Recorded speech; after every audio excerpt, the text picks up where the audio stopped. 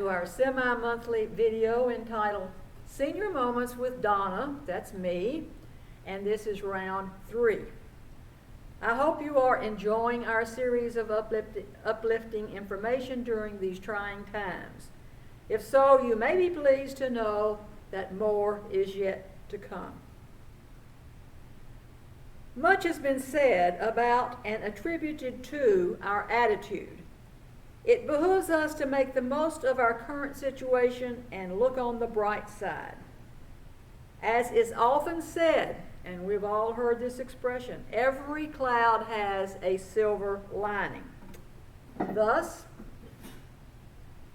when it rains, look for the rainbow. And when it's dark, look for the stars. Rainbows and stars are examples of good things. All right, the humor part of our program is for, as for the humorous part of the program, I have chosen an example of how a misunderstanding can lead to confusion in a hospital situation. I hope this will bring a smile to your face. And it is aptly entitled Hospital Regulations. Hospital rules state that patients checking out must have a wheelchair, and if you've ever been in the hospital, you know this to be true. One day, a newly graduated nurse assistant came into the room to find an elderly man fully dressed. He was sitting on the bedside chair with a piece of packed luggage at his side, and he was all ready to go.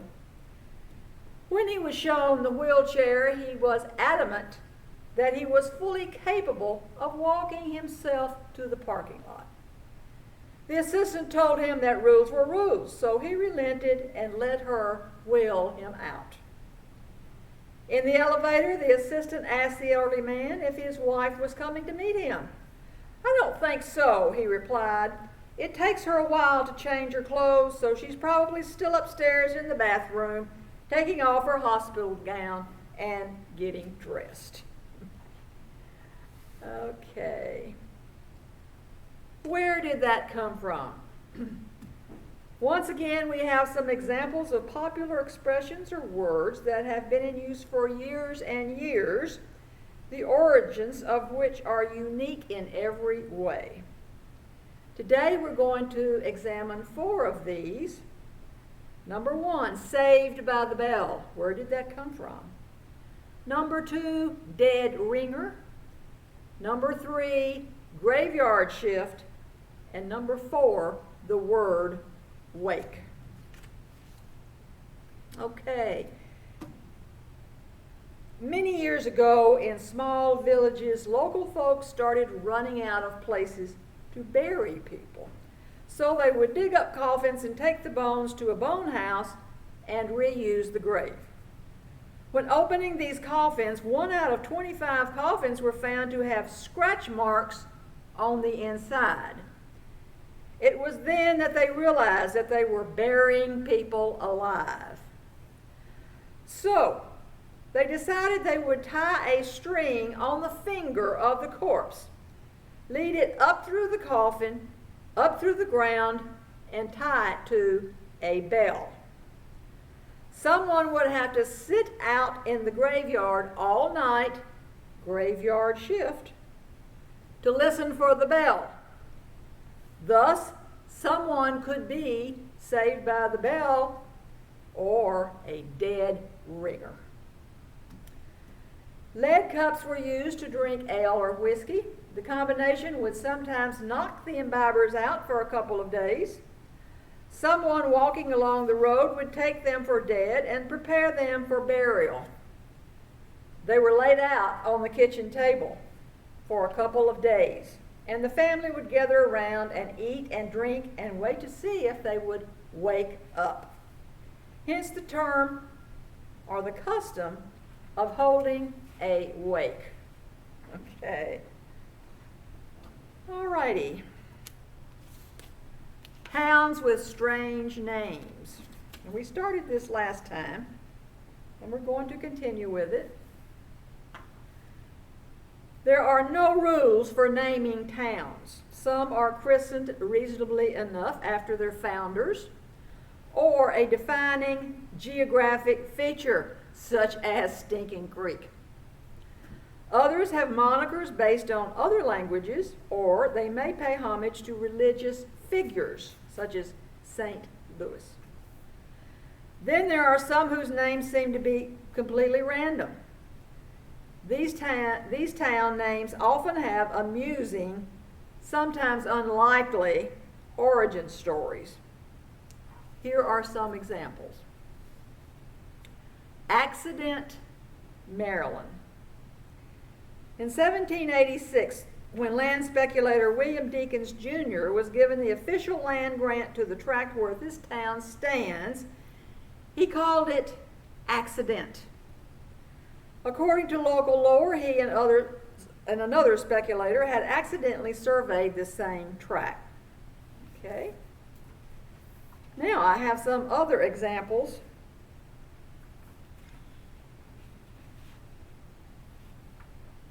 That I will give to you later. And we will move on to tortured English from around the world. I have heard many times and from many different sources that English is the most difficult language to learn.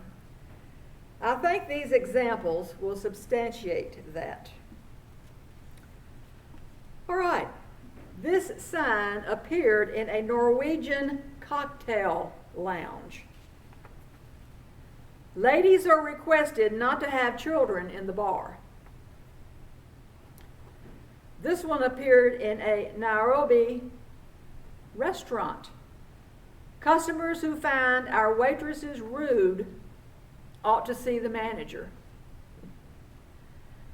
In a Hong Kong supermarket, for your convenience, we recommend courteous, efficient self-service. At a Budapest zoo, please do not feed the animals. If you have any suitable food, give it to the guard on duty. This is one of my favorites. In a Bangkok dry cleaner, this sign appeared. Drop your trousers here for best results. On a highway sign in Kenya, take notice. When this sign is underwater, the road is impassable. Another one of my favorites. This appeared on a car rental brochure in Tokyo. When passenger afoot heave in sight, tootle the horn. Trumpet him melodiously at first, but if he still obstacles your passage, then tootle him with vigor. And this one appeared in a Copenhagen airline ticket office. We take your bags and we send them in all different directions. And finally, at a Korean restaurant in Auckland, New Zealand, we do not reuse the food. Okay.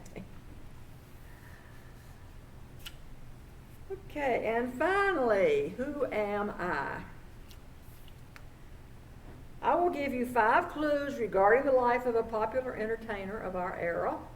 Your job will be to guess the name of that famous person. You might want to write down the name you have selected and the clue number that gave you your answer. Ready? Clue number 1.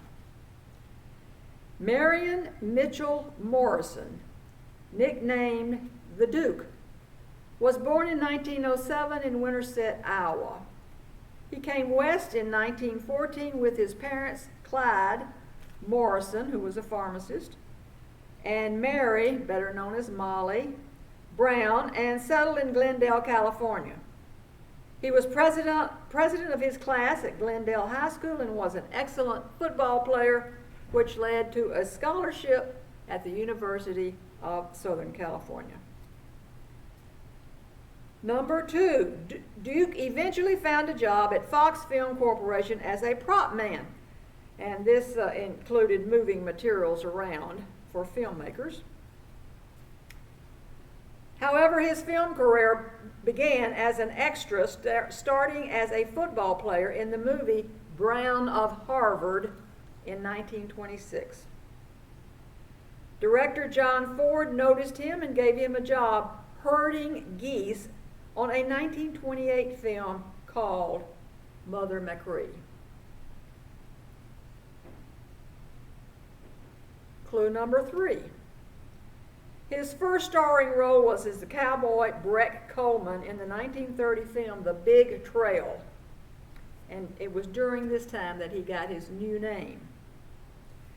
After starring in a series of less well-known westerns, in 1939, Ford gave him his big break as the Ringo Kid in the film Stagecoach. Clue number 4.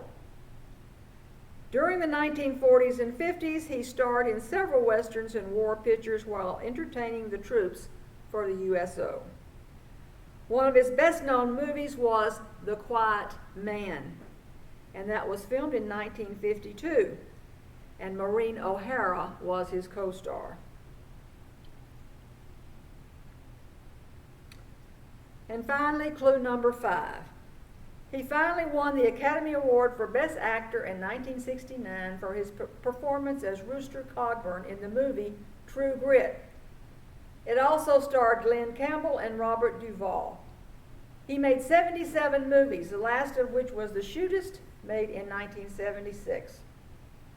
Lauren Bacall and Ron Howard were also in the film. He portrayed an aging and dying gunslinger of the Old West. In actuality, he was suffering from stomach cancer, which caused his death in 1979. Now, who am I? John Wayne. John Wayne. I hope you guessed correctly. So in conclusion, I hope you have enjoyed our little get-together. I would so like to hear from you. Feel free to send me a message containing your thoughts about this program. And that is my email address. So, with that in mind, I will see you in September. Just remember to keep smiling. Thank you.